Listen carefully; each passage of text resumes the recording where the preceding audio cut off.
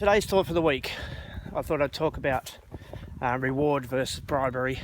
So, whether you've got an obsessed, ball obsessed staffy or a tug obsessed shepherd, or you're using food, we can either reward or we can bribe them. So, I just thought I'd talk to you about the difference.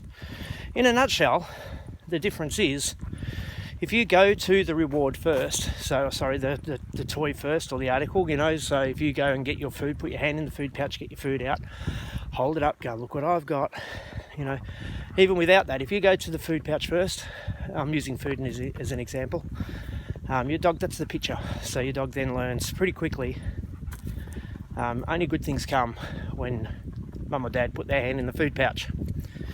So that's the only time I have to do what I'm asked. And that's not what we want, So what we do want is our dogs to learn that, with success comes reward. So we'd set their dogs up to succeed. We'd tell them to sit, for example. Their bum touches the ground. We release them.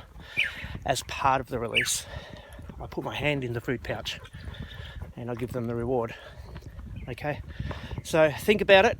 If the picture is for your dog, every time I put my hand in the food pouch, every time I grab my ball out and hold it up, every time I put my hand in my pocket, every time I do that first, call it an antecedent, that's the picture the dog will know, that's the one they recognise, and that's the time that they'll work for you.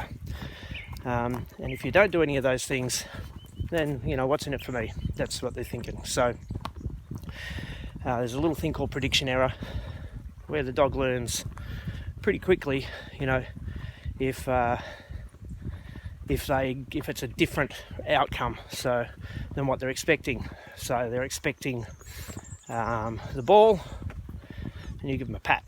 They're expecting a pat, and you give them food. They're expecting nothing, and you throw the ball. Prediction error. That's where most of us do our bulk of our major learning. All those big moments we have in our life, they're a big learning curve because of prediction error. So you need to try and use that in your training as much as you can. So mixing it up, hands-on praise, just praise, food, toys, So mixing it up as much as you can, so the dog learns that it's not when I put my hand in my food pouch or when I put my hand in my pocket or when I'm holding it up in front of me. Good things come when I have success. So I hope that makes sense. Just my thought for the week. Have a good day. Enjoy walking your dogs, and I'll see you next week. Bye.